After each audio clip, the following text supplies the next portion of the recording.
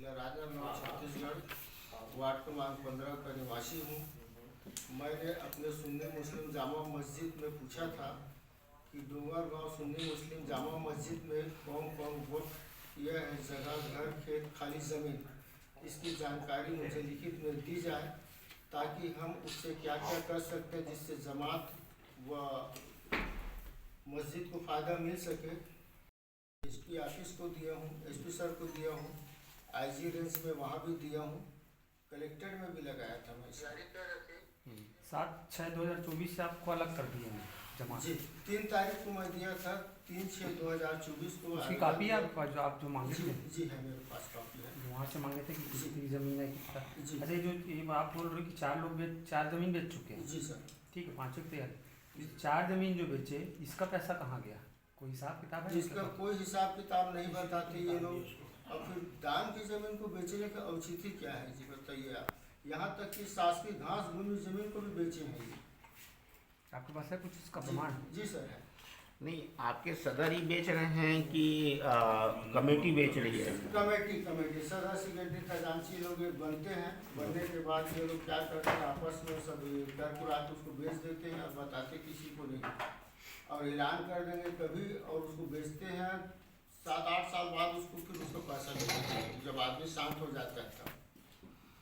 वक्फ board की जमीन को बेचने का अधिकार इनको है कि नहीं है? क्या है? नहीं, कोई अधिकार क्या है, नहीं। कैसा है, प्रक्रिया क्या होता है आप लोगों का? वक्फ बोर्ड की जो जमीन होती है उसको किस तरह से उपयोग करते हो आप लोग?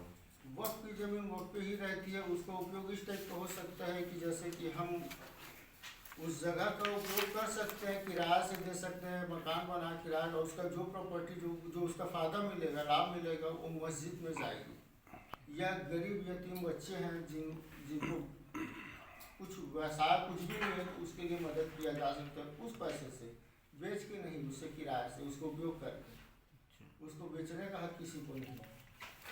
उनके नाम है जो अभी जैसे तुम्हारा क्या लिखो सदर, ये कब से है सदर? ये सदर ये सर 3 साल में बदल जाते हैं। 3-3 साल में बदली होते हैं, लेकिन अभी तक जो 3 सदर बने थे उन 3 सदर में से इस टाइप का लफड़ा हुआ है। तीनों ऐसी की है? तीनों ऐसी किए हैं सर।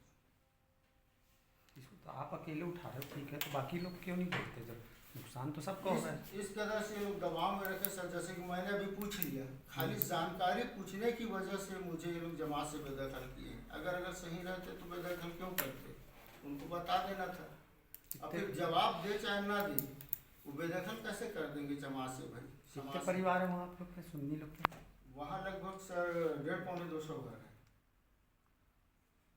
आपने बोला टीआई के पास शिकायत किए थे, तो कौन टीआई था, क्या बोला वो बताएंगे कुछ? सर टीआई का नाम तो नहीं जानता मैं। अभी वर्तमान में जो है कि उसके पहले वाले अभी भी है? वो अभी है कि नहीं, अभी कुछ दिन पहले ट्रांसफर हुआ है वो? हो सकता है, हाँ, तो पहले वाले बोले थे सर, क्योंकि 15 दिन में बहुत इधर उधर ट्रांसफर हुआ है। जी। अब ये सब आज तक कभी मैंने गया नहीं सर थाना वाना, तो मेरे को इसके बारे में उतना अनुभव नहीं है।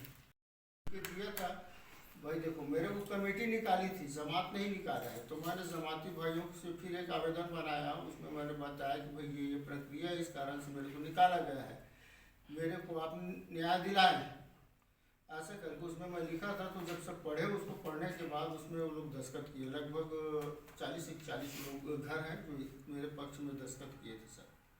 लेकिन उनको इस कदर से दबाव डाला गया है उनके ऊपर कि अगर तुम ऐसा करोगे तो तुम्हारे साथ भी मतलब ये ऐसा कर सकते हैं जिससे तुमको परेशानी हो, सजा दे सकते हैं, दंड दे सकते हैं, इस टाइप का बात करके दबाव डाला गया है उनको। उन लोग का नाम बता पाएंगे जो दबाव डाल रहे हैं? जी सर। कौन बताइए? इसमें है सर जी, जी। पहले तो सदर का नाम बता दीजिए। जब मेरे को निकाला गया था सर उस समय सर इकराम तंवर। इकराम तंवर। और कमेटी में कितने सदस्य हैं आपके? अभी कमेटी में सर सदस्य तो 8-10 लोग रहते हैं।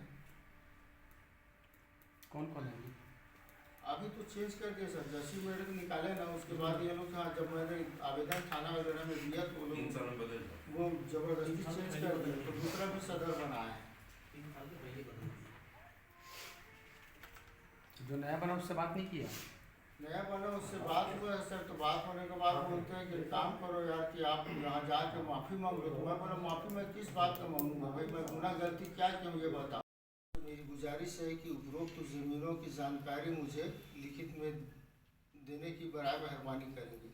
लेकिन मैंने इतना ही पूछा था, इसकी वजह से मेरे को जमात से बेदखल कर दिए मेरे मरहूम पिताजी, और मुझे जलील और मेरे ख़ानदान को जलील कर जमात से बाहर कर दिए।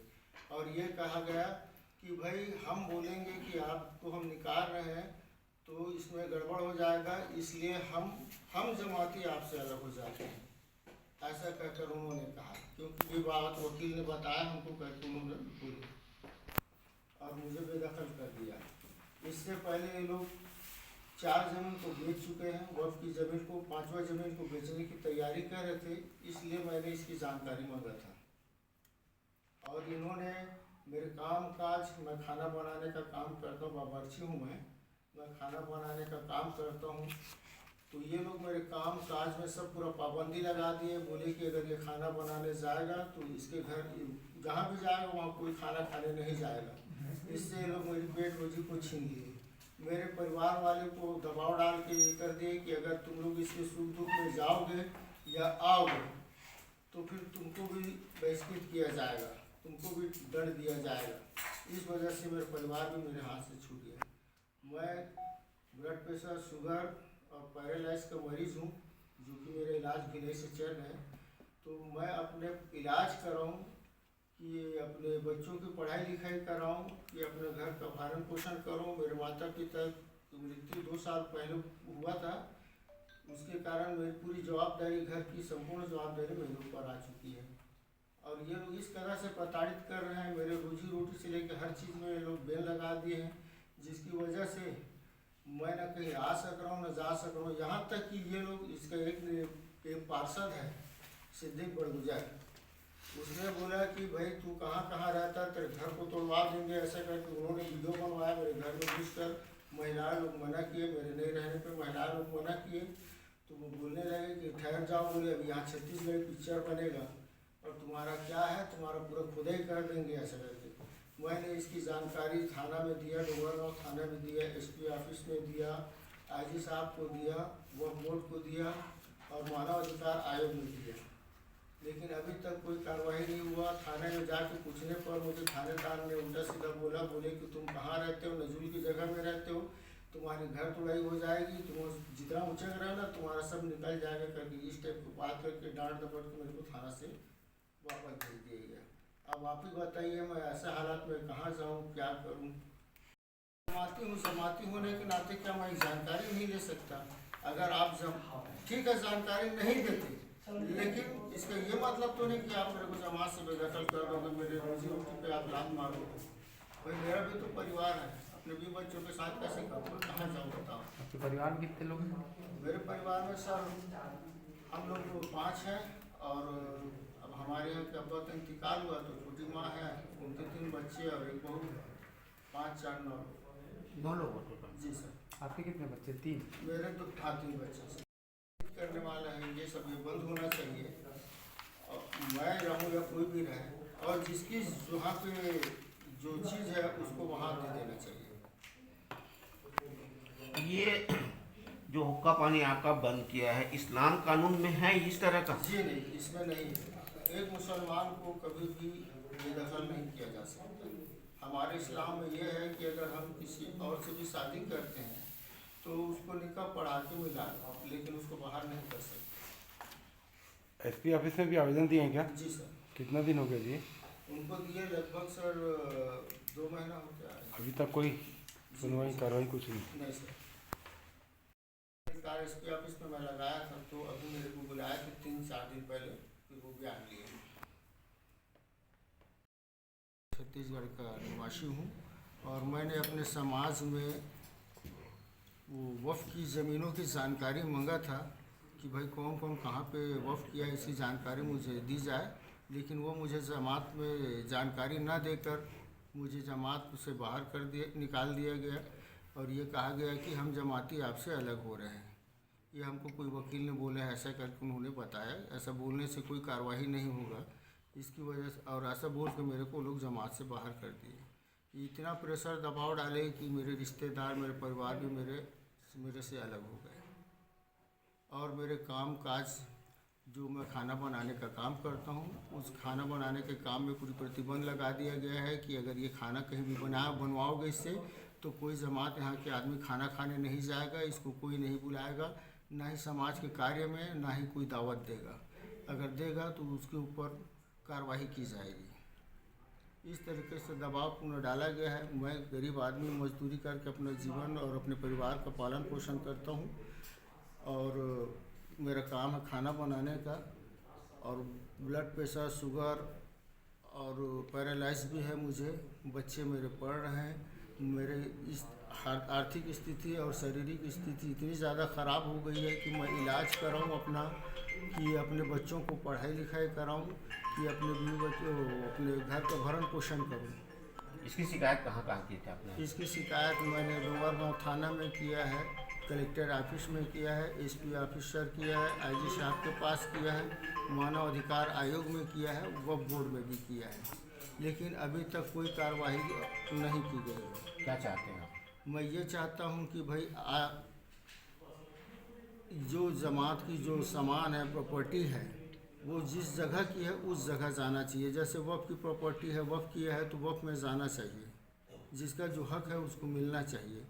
भाई वहाँ पे जो आदमी है, अगर कोई जानकारी ले लिया गया तो जानकारी ना दे के ऐसा जो निकाला गया है, ये निकालने वाला सिस्टम हमेशा के लिए ख़त्म हो जाना चाहिए, क्योंकि हमारे समाज में निकालने का कोई नियम है ही नहीं। आप जो है जी सर। किसी ज़मीन को लेकर के भी एक आरोप लगा रहे हैं बेचने का। कौन सी ज़मीन है वो, किसने बेचा, उसके दस्तावेज कहाँ हैं?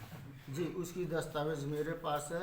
इसको उस समय अमीर निर्माण सदर थे और डॉक्टर बशीर अहमद ये सेक्रेटरी थे। इन्होंने पूरी शरीयत के साथ वो घास भूमि की ज़मीन थी, जिस ज़मीन को उन्होंने वो बेच दिया। कहाँ की ज़मीन है? क्या था उस ज़मीन का? सोतापारा का है ज़मीन। खाली ज़मीन थी? खाली ज़मीन नहीं, ऐसा ही ज़मीन था जो झोपड़ी बना हुआ था, लेकिन घास भूमि का था। आज नजरी नक्शा में उसका पूरा घास भूमि बताया गया है। उसकी पूरी दस्तावेज मेरे पास है, जिसे मैं आप लोग को। वो ज़मीन जो वक्फ किया गया था क्या? जी, उसको वक्फ किया गया था, लेकिन किसने किया था? उसको कादर निर्माण ने वक्फ किया था। कब? इसका सन तो मैं अभी नहीं बता पाऊँ। अच्छा, उसकी कागज़ है मेरे पास। आपको बहिष्कृत कर दी ये कहा जा रहा है, तो क्या आपसे मुस्लिम समाज का कोई भी व्यक्ति बात नहीं करता है?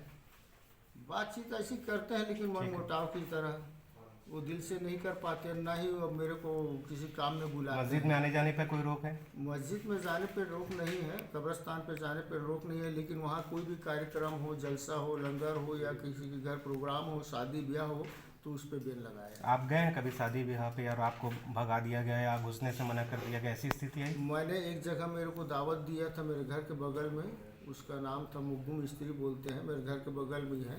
तो वो दावत दिया था, लेकिन वहाँ जब मैं खाना खाने के लिए गया था 11वीं शरीफ का, तो वो झूठ बोल के मेरे को बोल दिया वहाँ की ये दावत हम नहीं दिए थे, ज़बरदस्ती आया। और उससे जमात वाले लोग उससे माफ़ी मंगवाए हैं दबाव डालकर, कि दोबारा ऐसी गलती नहीं होना चाहिए। यहाँ तक कि मेरा भांजा है से वो शमसुद्दीन अंसारी, उनके यहाँ मैं गया था, सगा भांजा है मेरा, वो उनके यहाँ गया। मस्जिद में कोई ऐलान किया गया आपको निकालने, क्योंकि लिखित तो कुछ देते जी, नहीं है? ऐलान किया गया है। ऐलान किया गया है वहाँ के निकालने? सदर साहब इकराम तंवर ने ऐलान करके मेरे को वहाँ जमात से बेदखल किया। जुमे में ऐलान किया? कब? जुमा के दिन रात्रि 10:30 पे लोग मीटिंग लिए थे।